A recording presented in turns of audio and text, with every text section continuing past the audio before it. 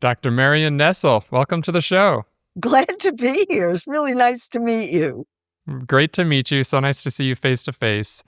And I'm really excited to talk with you. Uh, you're a very exceptional person. You know, you're 89, but you're busier than ever. You don't seem to stop working. You've just put out a new book. We can talk about what to eat now. You started your career as a molecular biologist before transitioning into this sort of world of nutrition. Can you tell us about that journey and then specifically what drew you to food politics? Yeah, I've always loved to eat. And that's the basis for all of it. And I discovered food when I was a kid. I was really excited about it. I just loved the way it tasted, textures, colors, all those things. And somebody suggested that I study it when I went to college, but the options were agriculture or dietetics. And I was a city girl. I didn't get the whole agriculture thing. I really didn't understand it for a long time. I was late in understanding the importance of agriculture. And so I went to college as a dietetics major. I lasted exactly one day. It was, we had to take very serious chemistry courses. And I had this funny idea that if courses were hard for you, they were worth doing. And if they were easy for you, they weren't worth doing. And the dietetics classes were home economics, and they were really, really easy. And so I started doing science, and I did science all the way through, ended up with a doctorate in molecular biology. It was very hard for me, but I did it. I bet. And then when I was on my first teaching job, I was teaching cell and molecular biology at Brandeis University. And the biology department had a very unusual rule, which was that you could only teach the same course 3 times in a row, because they wanted people to have fresh ideas, and you had to teach whatever the department needed, whether you knew anything about it or not. Because the idea was you had a doctorate, you could learn stuff faster than freshmen, and you were expected to. And my 3 years of teaching cell biology were up, and the students were sitting in the department chair's office asking for human biology classes. And they gave me a choice of human physiology or human nutrition. And I knew that I never wanted to teach acid-base balance. I knew that. Kidney function is really hard to teach. And I thought nutrition would be fun. And guess what? It was. It absolutely was. It was like I describe it. It was like falling in love, and I've never looked back. First of all, it was a fabulous way to teach undergraduate biology because everybody relates to it. Everybody eats. So Hmm. I had about 50 students in my class. They were thrilled beyond belief. They were so much fun to deal with. Every day they came in with some new, unbelievably amazing thing. And I was into the sociology, the politics, the economics right from the beginning. Center for Science and the Public Interest had just come out with a book called Food for People, Not for Profit, and I used that as one of the textbooks. And it was all about food issues, ranging from production to consumption. And it was clear to me right from the beginning, I was beginning to catch on to agriculture. It was clear right from the beginning that these things are integrally related, and you can't talk about what people eat without understanding food systems and economics and sociology and anthropology and all of those things. I just loved it. Wow, that's inspiring to Still hear. do. Still do. I can see that. You haven't looked back, right?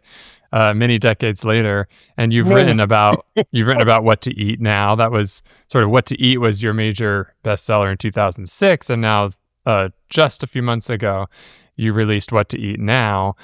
And you've said it's not really about what to eat, but how to think about what to eat. Can you tell us what you mean by that? Yeah, it's I have my ideas about what a healthy diet is, but I don't tell people what to eat. Um, I'll tell people what I eat, and I follow my own advice, which is so simple that the journalist Michael Pollan can do it in 7 words. Eat food, not too much, mostly plants. Hmm. I took 700 pages to say the same thing. This is a very big book. And the book represented the biggest mistake I ever made about underestimating how much work something would be. I thought it would be a 6-month project to update the book, and here we are 4 years later. It was really a lot of work. But it's work I enjoy. It was really fun. I got to go do the whole thing all over again. It was really fun. Um, and it's a book about food issues. I go aisle by aisle through the supermarket and talk about the issues that come up if you're a thinking person about trying to make a food choice. What you have to think about, it's a lot. Hmm. Yeah, it's not that straightforward. And particularly because supermarkets are marketplaces, they're businesses, they're trying to sell. And that's behind everything. Yeah. Yeah. And there's a lot of products, a lot of food to choose from. Very many. What has changed for you've been working in the food space for so long. How has that changed? And just thinking even of the last 20 years, have things really changed quite a bit? Well, I mean, first of all, every single product that I used as an example in 2006 no longer exists. They're not made anymore. So I had to I had picked ridiculous examples. So I had to find more ridiculous examples. Fortunately, there's no shortage of ridiculous examples. But I think the main things, I mean, a lot of stuff is new. The concept of ultra processed is new. Plant-based is new. There was soy milk 20 years ago. Now there are dozens of different kinds of plant-based options. Um, Bottled waters have largely replaced full sugar sodas. There used to be whole aisles devoted to Coke and Pepsi. Now there are whole aisles devoted to 20 different flavors of fruit flavored waters, store brands. Store brands have taken over. There's alcohol flavored water. There's cannabis flavored water. There's anything that you can think of. Um, Online ordering, that's post-pandemic, but there was hardly any online ordering 20 years ago, and now it accounts for an extraordinary amount of supermarket sales. Right. The industry is enormously more consolidated. It was always consolidated. Now it's more consolidated, which means that there's a monopoly that's setting prices and determining what foods are there. A lot of things are the same. Companies still pay to have their products displayed at places where people could see them. At the ends of aisles, at eye level, in special sections. I mean, that's still true. Uh, and the business aspects are not obvious to most consumers. They're not supposed to be obvious. You're supposed to go in and spend as much time there as you possibly can, because the stores are designed to keep you there as long as possible, because the rule is the longer you're there and the more products you see, the more you buy. Um, and it's about getting you to buy stuff. So, fortunately, buying stuff is fun, so everybody has a good time doing it. But if you wanna just go into a store to get a bottle of milk and, my local Wegmans, it involves going to the back of the store, going downstairs, going to the back of that section, getting the milk, and then, it's good for your step counts. That's true. Yeah, I think most people don't think about that. The whole environment of the grocery store, companies paying money to put their product at places where you're going to see it, where more people are going to see it. That doesn't really cross people's minds, I think, when we think about that. Do you know if that happens in the online market as well, when people are It shopping absolutely online? does. It absolutely does. Companies pay to have their products displayed on the homepage. They pay to have their products pop up when you search for them. I mean, all of those kinds of things. Absolutely. So they're not just putting the healthiest options in our view.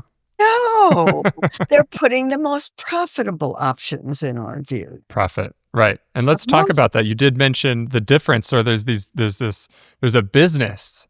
The food producers, the food industry is a business, and they have different incentives, and they need to They're not make money. social service agencies. They need to make, that's right. They need to make profits, right? And there's this whole disconnect between what does a business need, what does a food company need versus what does a consumer need. And of course, there's all sorts of products that we as consumers we enjoy, we're drawn to. But can you unpack sort of the confusion in food choices between what do we really need to nourish ourselves versus what do we end up consuming generally, in Yeah. the U.S. thinking? The basic principles of nutrition are pretty straightforward. You eat a variety of relatively unprocessed foods. If you do that, you don't have to worry about anything. The foods you eat are going to have the nutrients that you need. Some have more than others of specific nutrients. You're going to mix and match. And if you don't eat too much of them, you're not going to gain weight and have, and develop health problems. It's eat food, not too much, mostly plants. I mean, really. Marion, I think you actually beat Michael Pollan here because you just said 6 words. Eat a variety of unprocessed foods. Eat a variety of unprocessed foods. You did it in 6. I don't know. He likes to give me credit for teaching him all this, so I love that. Yeah. And I love quoting him. So there you are. I think we have to talk about the dietary guidelines. We really do. But I think the Eat Real Food message is a very good one. I'm for it.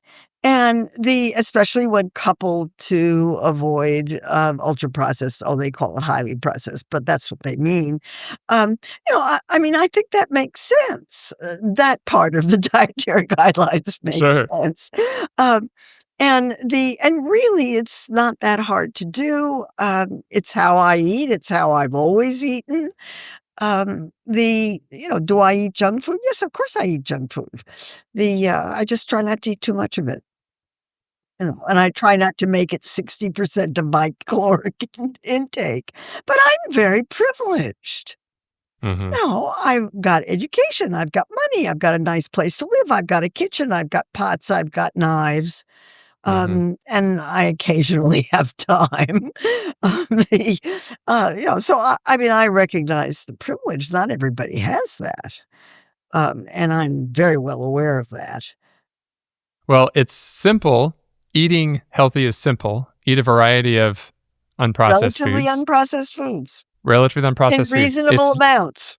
It's simple, but it's obviously not easy because most of us aren't eating, right? We aren't eating healthily. And I think we can get into these guidelines now a little bit because I think you're obviously very interested. And maybe give us a little bit of background about your role in previous guidelines. I know you were the editor on the 1988 Surgeon General's report on nutrition and health.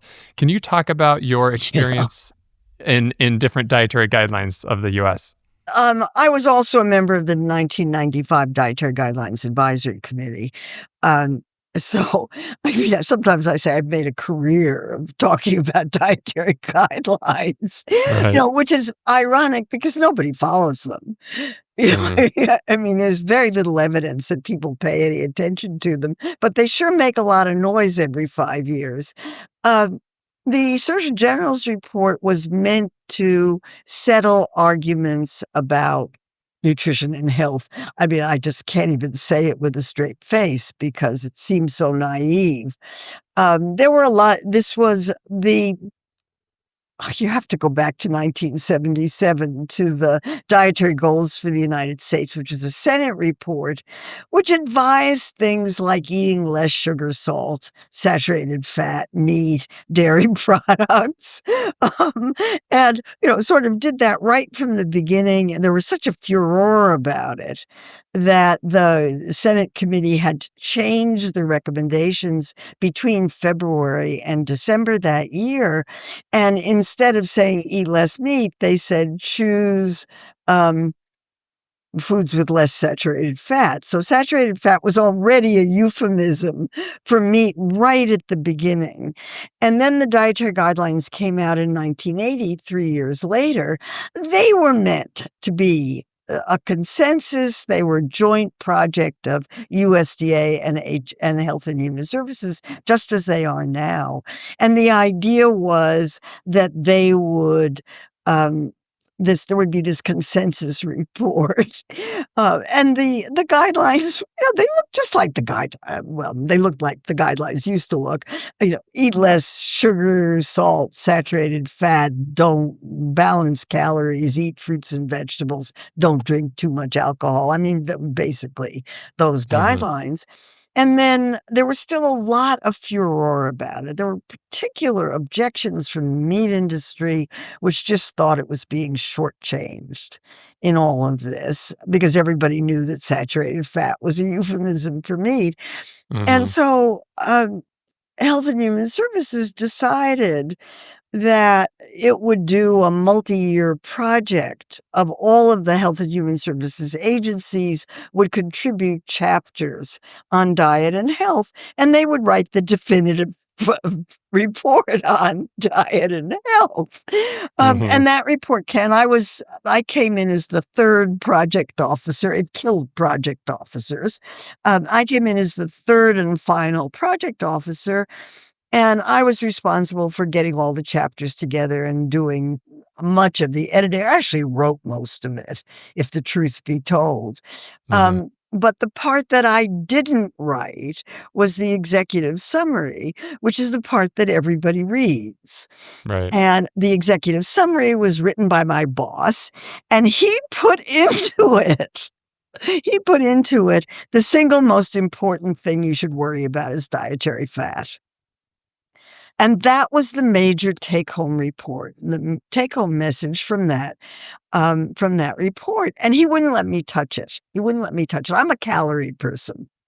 I think calories are much more important than the balance between fat, carbohydrate, and protein.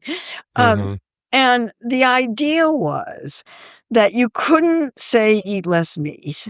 You had to use euphemisms, but meat was the major source of, and you couldn't talk about saturated fat because the American public is too stupid to know the difference between one kind of fat and another. This is really how they thought. And so if you said less fat, the best way to do that would be to reduce meat intake. But you couldn't say that, meat and dairy, because those were the major sources of fat and of saturated fat in American diets. And that would automatically take care of everything. But because it ignored calories, the food industry instantly came out with no-fat cookies. The Snackwells phenomenon, where they just started throwing carbohydrates like mad into it. And, they just replaced the fat with sugar. And that was not very good. And then the National Academy came out with a report the following year, an even bigger one. The Surgeon General's report was 800 pages. The Academy report was 1,000 pages. And that report said exactly the same thing. The single most important issue is dietary fat. So there we were. And then the guidelines kept coming out. And I was on the 1995 Dietary Guidelines Advisory Committee. I mean, it had the same recommendations as the previous 3 or 4 versions. I was on the alcohol subcommittee. That was fun. And in those days, we set the research questions. We did the research. We wrote the research report. We wrote the dietary guidelines. We handed it into the agency. They hired a designer and printed it. Okay. That's how that worked in those days. So then, as you well know, the process changed over the years, and now the agencies basically do the whole thing. Right. Okay. Well, let's get into the new guidelines. Except for whatever it was that you did. Let's get into this, okay? Because, of course, obviously, I was on the recent review group that generated the evidence reviews. And the Scientific Advisory Committee. Yeah, it wasn't technically a committee, so just to be clear, the previous committee, The committee process, it's a long process. It takes usually about 2 years, right? And so this was a fast track process. It wasn't able to follow the same process. So we weren't necessarily a committee. We were you could say a review group, but we were the authors of this scientific background evidence review. And that document is available online. You can see that at Real. You've read it. So let's get into it. So these new guidelines, they talk about real food, and they for the first time call out highly processed foods, which in the review, it includes ultra processed foods, the Nova 4 foods with the refined culinary ingredients, group 2. And it's really the first time also that refined carbohydrates have been restricted much more significantly, because previous guidelines would always say, try to make the majority of your grains whole grains, but it would allow up to half of those. Yeah, half of those, right? Which I think we consume close to probably over 80% of our grains are refined. So can you tell us your views? Now you don't have to go soft, Marion, just say what you really feel. How do you feel about these guidelines? What is the good, the bad, the ugly? How do you feel? I love the eat real food, which is the overriding message. And I was very disappointed that was not the first guideline. I was very, very disappointed. I thought it should have been there. It's in the agency head's introduction, and it's in the pyramid. One of the things that's really, first of all, it was really confusing because there's the guidelines and then there's all this other stuff that they don't tell you about in the guidelines. And they were released in a really funny way. So there are the guidelines, there's the pyramid website. Mm-hmm. There's your scientific report, or there's a report that you were an author or part of anyway. And then there's a background document that's 400 pages. I don't know what that has in it. Okay, let me just walk you through it. So and then there's a special document that talks about the portions. Yeah, so there's 4 documents, and right? The calories. So the first one is the long one, which is the appendices to the report. Those are the direct reviews that my group worked on. So our names are listed there. You can read word for word what we wrote. Now, those were peer reviewed by 2 NIH scientists, and those are just published as we wrote them. So those are directly our content. The next document is the background synthesis report, which is only about 50 pages. And what that does is it takes those reviews. Who wrote that? Well, that was led by Christopher Ramsden at NIH, and he's listed there. And then he's the other authors. He's listed as one of the authors. You're listed as an author. He's the one who put it together. So he's listed if the acknowledgments say that he was the one who led this, right? I see. The other authors, it's our content, it's our work being summarized into shorter form. Okay. Then you have the 10-page guidelines document, which the HHS put together and wrote, right? They took our report and they wrote that. And then you have that separate 2-page document that has the serving sizes. But then there's the website. The website's very important. Realfood.gov, and it's a very, I saw it for the first time, of course, when the guidelines came out. I had no idea what to expect. I went there and I was very interested to see it. What was your takeaway from that? Well, first of all, I was sent the guidelines by reporters the night before. And it wasn't the guidelines that came out. It was a summary of the guidelines. But it said it was the final guidelines document, but it wasn't. So my initial comments were based on not seeing the real thing. And then as the morning unfolded, reporters sent me the guidelines, and eventually I got all those other documents, but each one was a surprise.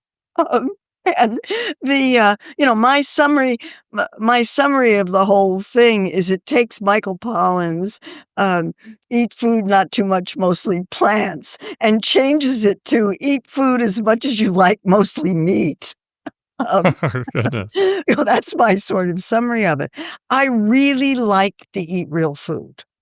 I really liked it. And I thought it was terrific that they said that they took on highly processed foods, because the official Dietary Guidelines Advisory Committee from the Biden administration punted on that one. I thought erroneously. I thought that was very weak of them, that they were in a position to make a very strong statement about ultra-processed foods, and they didn't. They blew it. And one of the things they did was they excluded Kevin Hall's experiment, in which he showed that diets, in a very well-controlled trial, he showed that diets that were based on ultra-processed foods made people eat more calories. I thought that was reason enough. Okay, it was a short-term study. How are you going to do a longer-term study when you keep people locked up like that? That was a metabolic ward study. So I thought the Dietary Guidelines Advisory Committee should have just grit their teeth and been really brave and courageous and just come out and said. And so it was great that these guidelines brought that back. Okay, let's talk about the... And then we can talk about the parts I don't like. Yes, let's talk about, so you like that it's real food. You like that there's a specific calling out of these highly processed foods that should not be scientifically controversial about a dietary pattern that's high in ultra processed foods is harmful, right?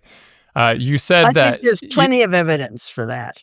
I agree. Plenty of evidence. You said that it's sort of eat food, mostly meat as much as you want. Now, I'm going to take issue with this. Okay, so there's two different things, right? There's the upside down inverted pyramid, right? And then there's the guidelines themselves. Yeah, I'm taking it as a whole. I get that. But when I look at the pyramid, first of all, I agree with you. There's a big steak. There's a big ribeye at the top left. The plant proteins, there's some nuts, seeds, legumes, and beans, but they're smaller, right, in proportion. But not only are they smaller, but if you go through the website shows you the meat first, the meat second, the meat order third, and then it goes to the dairy products, and then it goes to the vegetables. So it goes from left to right across, and then it puts the whole grains at the bottom. Right. So here's the thing I would like to distinguish. I think your experience of the guidelines is how most people experience them, right? You go to the website, you get all of the images, you see the pyramid, and then you read the content. Now, so let's just talk about the pyramid, stay on there for a little bit more. So I agree with you. I would have liked to see, because if I had it my way, I would have done things a little differently. I would love to see the plant proteins, plant-rich, protein-rich plant foods up there on par, up lots of them. If you look at the triangle, the animal protein, they still do only take up about 25 to 30% of the total area. I think people see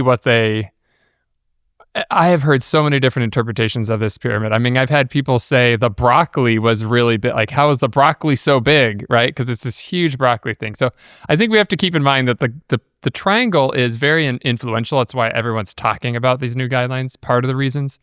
But it's not the science behind it. When you go to the document, the section on protein, it does not say to prioritize animal protein over plant protein. It does list all of them out. Now, I would have done the order. If you're talking about like the healthy fats, I would have ordered seafood, nuts and seeds, and avocados. I would have put those first, right? But in general, it's trying to sort of put them at the same level to say we're not emphasizing plants or animals. But to my credit, I also am looking at what the agencies are saying on the communications about it. And that's completely fair. Here's the Secretary of Health and Human Services having candles for his birthday on a steak. And then the whole. Let's talk about the whole milk message, which is just weird to me, because if you're concerned about the nutritional value of milk, the nutritional value of whole and skim milk is basically the same.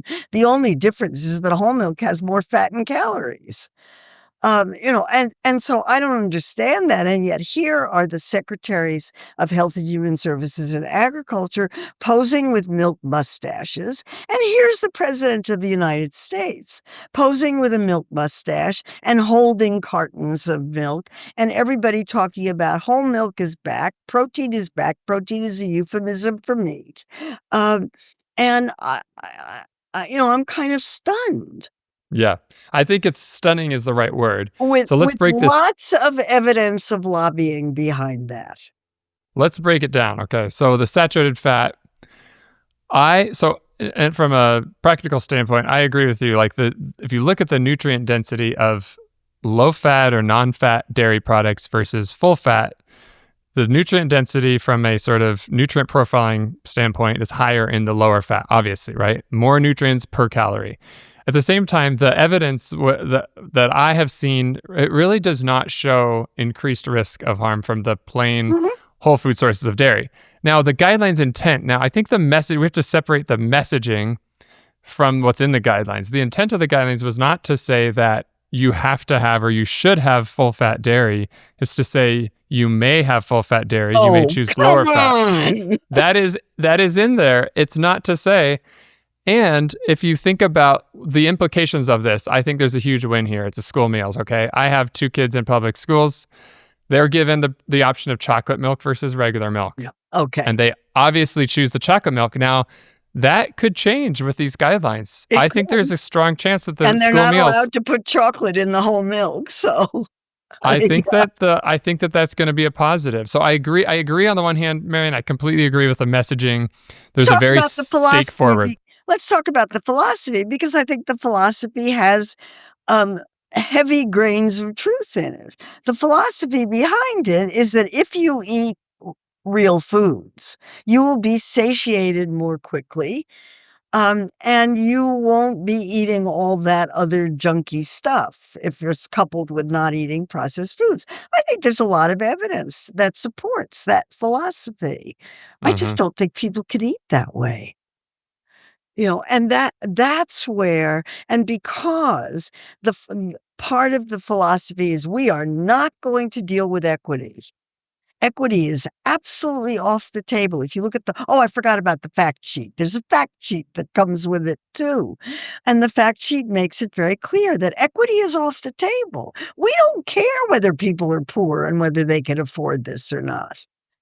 I want to just clarify that the intent from the report, if you look at the Scientific Foundation's report, it goes through and talks about the reason for why that framework was not used in the guidelines themselves. Now, I have my own opinion. I would like to see there be obviously some inclusion of that, but the report does not say we don't care about equity. Oh, no, we don't that's care my about interpretation. I get that, but I'm just saying, like, the intention was to say you can debate the science, of course. There's plenty to disagree on, but the intention was to say we want to just be able to present the science in terms of what is healthy, what does the evidence say, and then my interpretation is then there needs to be efforts to actually address the inequities around the world. Like if we think around the country, if we think about the affordability issue, I don't think the idea is to say everybody needs to eat really expensive food to be healthy. The idea is to say here unprocessed, minimally processed foods are healthier,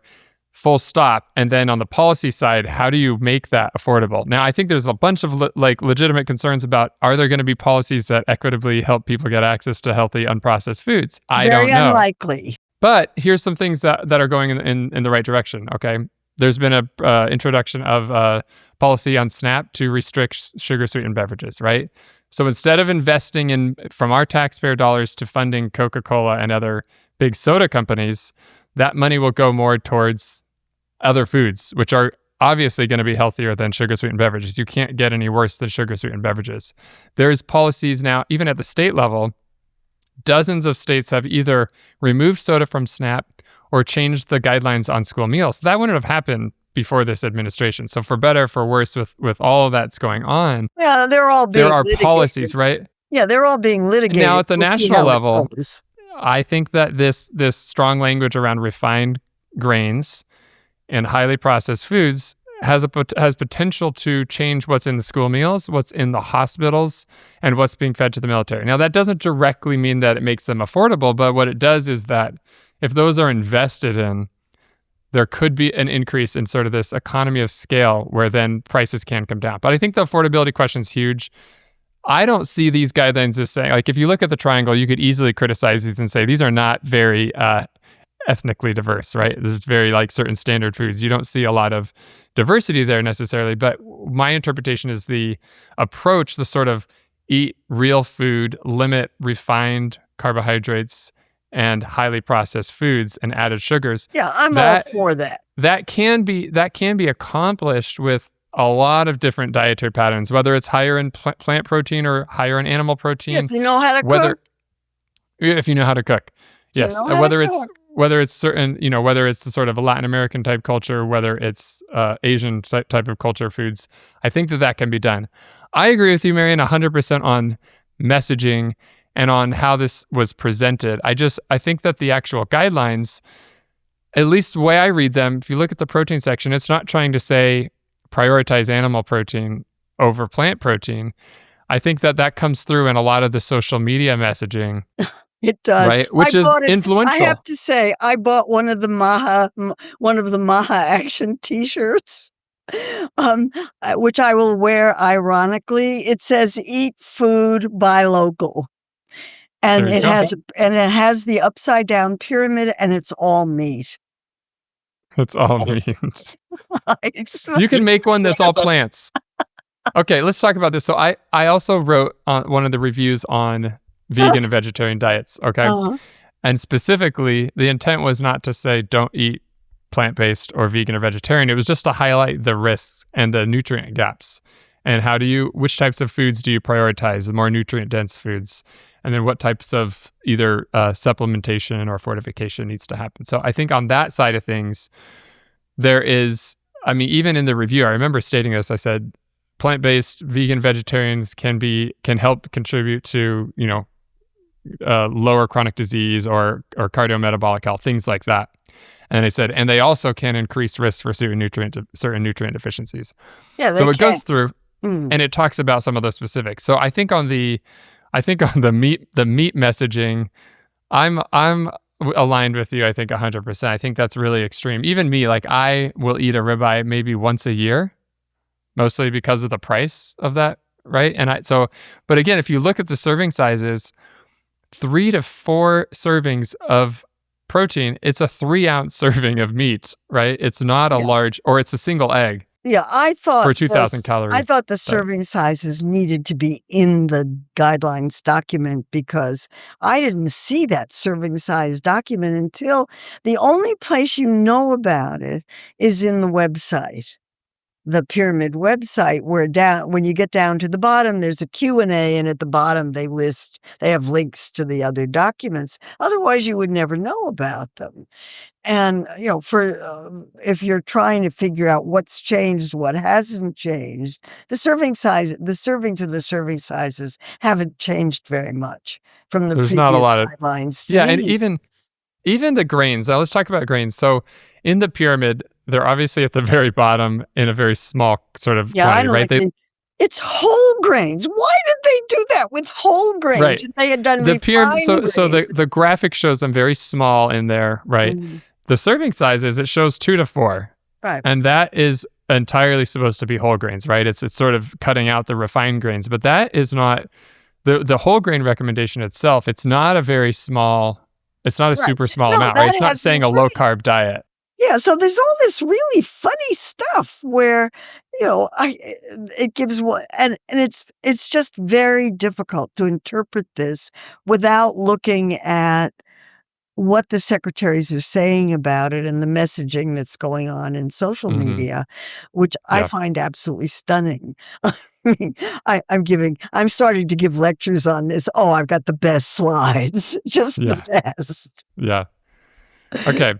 Well, this is, I think it's, for me, it's very insightful to hear, partly because you have so much historical experience working on guidelines and food policy.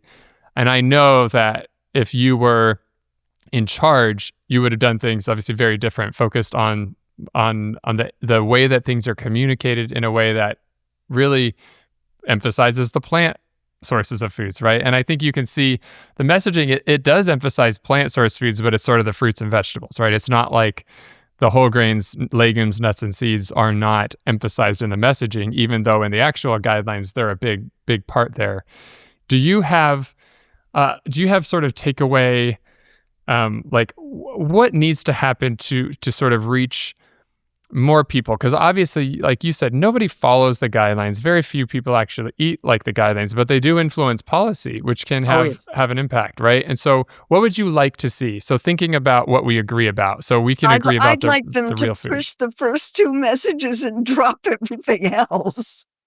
I think they've done an astounding job of publicizing this.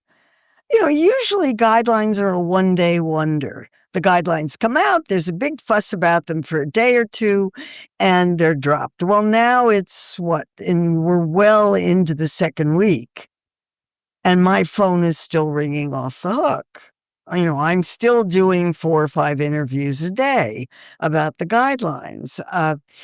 Now the reporters are sort of taking them one at a time. Let's look at the saturated fat. Let's look at the whole milk. Let's look at the alcohol, with reporters investigating where the industries behind these foods have played into this, and there have now been investigative reports about the alcohol guideline, the dairy guideline. The meat people are very quiet. I don't know what's happening with the meat, but so that more and more is coming out about how the promises that these would be free of conflicts of interest and would be free of industry influence have not been kept. They just weren't kept, and the transparency was not as open as it might have been. So there are process issues here that are very disturbing. There was the fact that they dismissed the Dietary Guidelines report basically out of hand. The Biden era one was dismissed, although I guess you must have looked at it because I've seen analyses of that.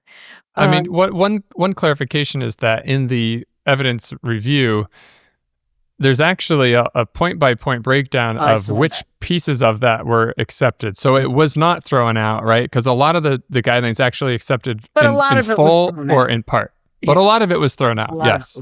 Yeah. And then it's already been sued. The Physicians Committee for Responsible Medicine. So I want to talk about that. Let's talk about that, okay? Because people have already sued. Have you noticed, Marion? Have you noticed that my name is on that report by that Physicians Committee? Right? No, I didn't. They call me out for having industry ties for my role as a scientific. Any. They said because I was a scientific advisor to the FAO of the UN, I have industry ties. So I think that claim is pretty extreme. Now, the fact that here's another thing I need to talk about. I agree with you on process, right? It was not open and transparent the same way that guidelines committees typically are. But if you remember from the report that the Biden administration put together, there was no disclosure of individual conflicts of interest. It was at a group level. So people could not be named. The fact that at least we have every scientist list out any potential conflicts of interest, that part is transparent. Now, I get this. I very understand. Impressive. The process, those meat and dairy connections. Yeah, and again, okay, so I would love there to be no conflicts of interest. You know that it's very hard to do that you've served on a previous committee. It's very hard to find people who don't have any. The funding, you are one of them, right? But again, 10 to 20 scientists. I have a policy. That's my policy.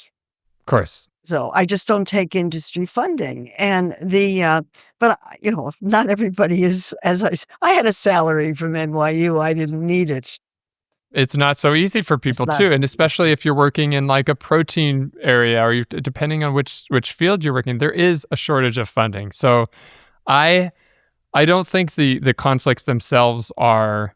Now, while I agree with you that there are conflicts, and there's an irony of saying that we've gotten rid of conflicts of interest, yet here are these conflicts of interest just kind of being ignored.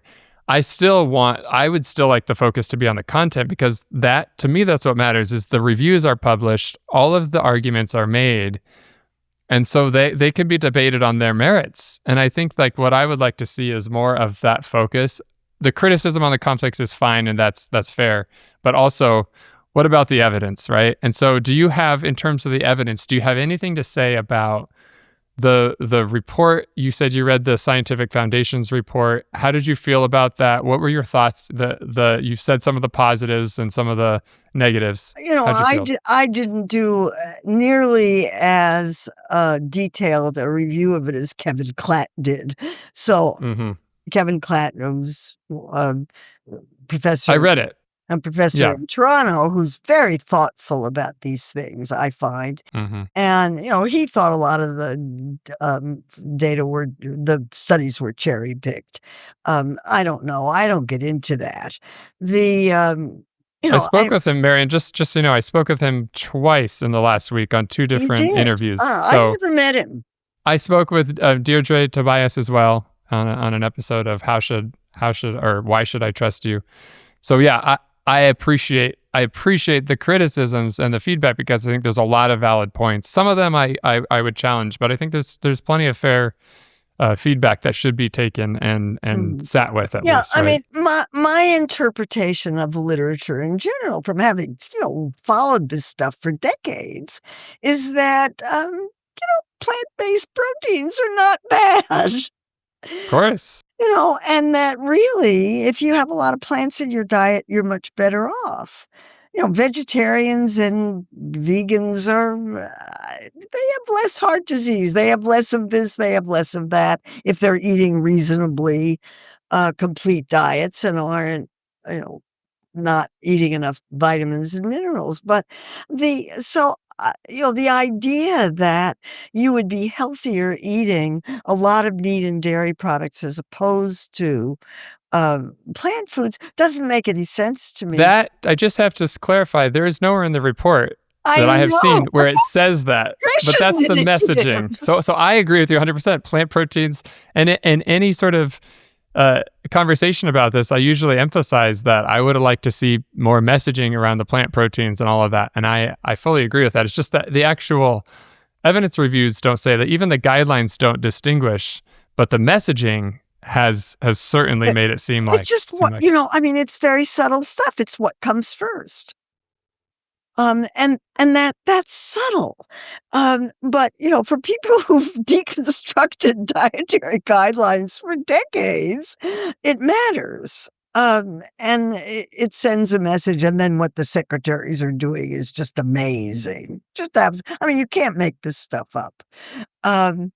So I don't know. I don't know where it goes. I think, the eat real food, avoid highly processed food messages make perfect sense, are backed up by huge amounts of evidence.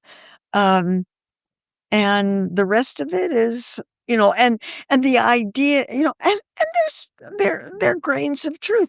I've had people say to me, Marion, when you are presented with a big salad, you eat as much salad as you want. When you're done having salad. You put a bowl of Oreo cookies in front of me, I can't stop. That's the philosophy behind this. It's not wrong. But it remains to be seen how it gets translated into action. And I'm particularly interested to see what they do about schools, because they're not funding the schools. And the school meals are supposed to be self-supporting, unlike any other aspect of schools. How are they going to do that? I agree with you. So kitchens? Do they have people who know how to cook? Here's the thing. So I 100% agree. There needs to be a lot of investment into actually transitioning schools and other communities into these healthier diets. In my school of, in the state of Arizona, we had a policy that actually passed last year that was going to basically restrict ultra-processed foods. Now, I think that's a great thing, But like you What said, are they going many to eat? schools don't have kitchens. They don't have staff to prepare it. They don't have the knowledge. They don't have the infrastructure. And so that's going to be a challenge. Now, some schools will be able to implement it. Other schools may struggle. And so I think there needs to be a lot of support. Now, this is very new for me. So I gave a presentation on ultra processed foods to a state legislator. I sat on a state legislator discussion around how are we going to support schools around school meals. And I've seen both sides where some states do not invest a lot of funds into it, and other states do, where they're thinking about what types of grants can we give to schools? How do we make sure that every school can get access to and follow these new guidelines? And so for me, it does require a lot of investment. I think there's also this potential savings. Now, if we can actually get people to eat healthy, we have a huge opportunity to save money in the long term for the individual and for Medicare. Now, there needs to be a process for which we also invest in actually making this a reality, right? And so I would like to see that. I think some of the policies around SNAP and the school meals are a start, but we want to see, what do we do with the schools? You know, my daughter's school, they don't currently have a working kitchen that they use. They get their food from a neighboring school, right? Once they get large enough, they'll be able to get their own kitchen. Some schools don't even have a kitchen. So how do we actually implement these changes? Yeah. And I think that's the real question. Well, that's and there's concern. more to it than that, because there are two issues in school meals. Is the food edible, and are the kids eating it? And those are two completely separate issues. And I have been to schools where I've seen all four combinations. Food that is restaurant quality, absolutely delicious, the kids aren't touching it. Food that is restaurant quality, the kids are gobbling it up. Food that is, the kids are eating it. Foods that, aren't very good and the kids aren't touching it. I've seen all four combinations. So it's not enough to make the food good. You have to have people there who are willing to work with the kids around what is being served, because what's being served in school is different from what they're getting in home, often very different from what they're getting at home.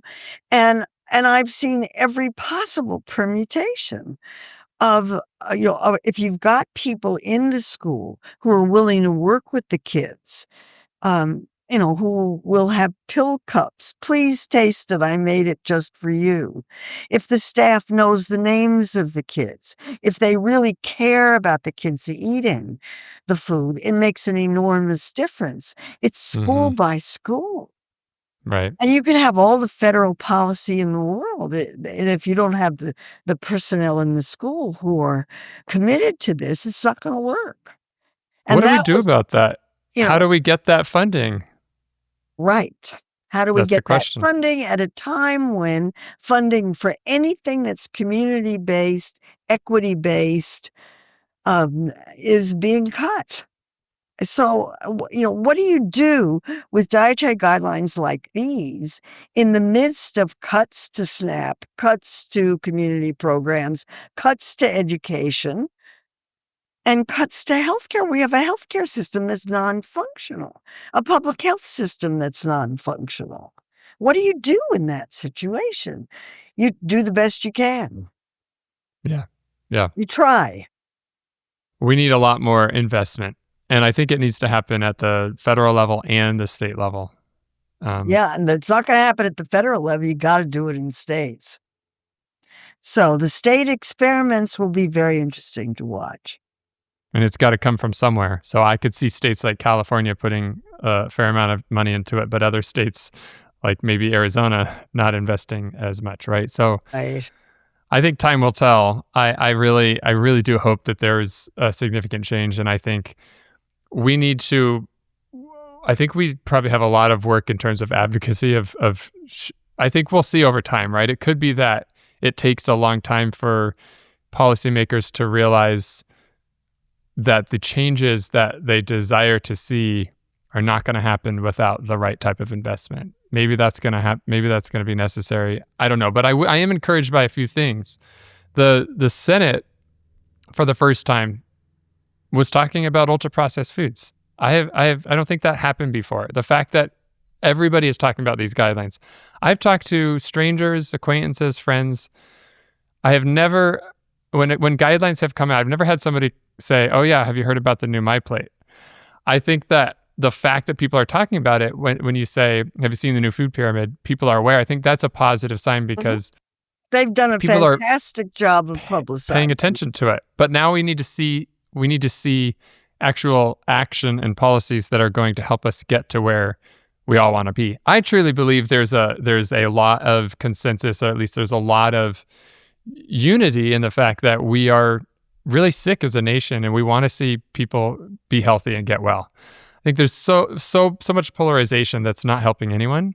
So I think the strong messaging of sort of attacking previous guidelines is not helping. And it's not helping. I think there's been a lot of attacks on these guidelines where it's like the messaging, if we can focus on the real food, limit highly processed foods, that alone, if we can actually get behind that together, maybe we can have more change than what we've had in the past. Yeah, and the question is, how do we do that? And I'm talking to lots and lots of people now about, okay, we really like the eat real food, avoid ultra-processed food messaging. How can we join with the MAHA movement in order to make that really happen? I've got an idea. Okay, we'll get MAHA shirts with the triangle. And it can be I bought mine. It can be with your foods, though. It can be the plant proteins and the whole grains can be emphasized. I would love to see a merging. I would love the sort of, people want us to be healthy, but I think there's this polarization, obviously, that's going on right now. And I think that we need to bridge, we need to connect people together. So I hope that can happen. That would be terrific. Anyway, yeah. Thanks for your service on that. You were really brave to take that on. Well, it was, I felt honored to do it, and I knew it was going to be controversial, and I was fully expecting that. But I still think, now, I think that I agree with you on a lot of things, and I would have done things somewhat differently, but I think the general message, the direction is positive, and I hope that we can get more investment. At least there's interest, and now it's sort of a time will tell what happens next. But I'm an optimist, so I'm sort of hopeful, even when it doesn't necessarily appear hopeful. So I thank you so much, Dr. Marion Nestle, for speaking with me, for taking the time out of your busy day still. Well, it was just a pleasure to meet you. It really was.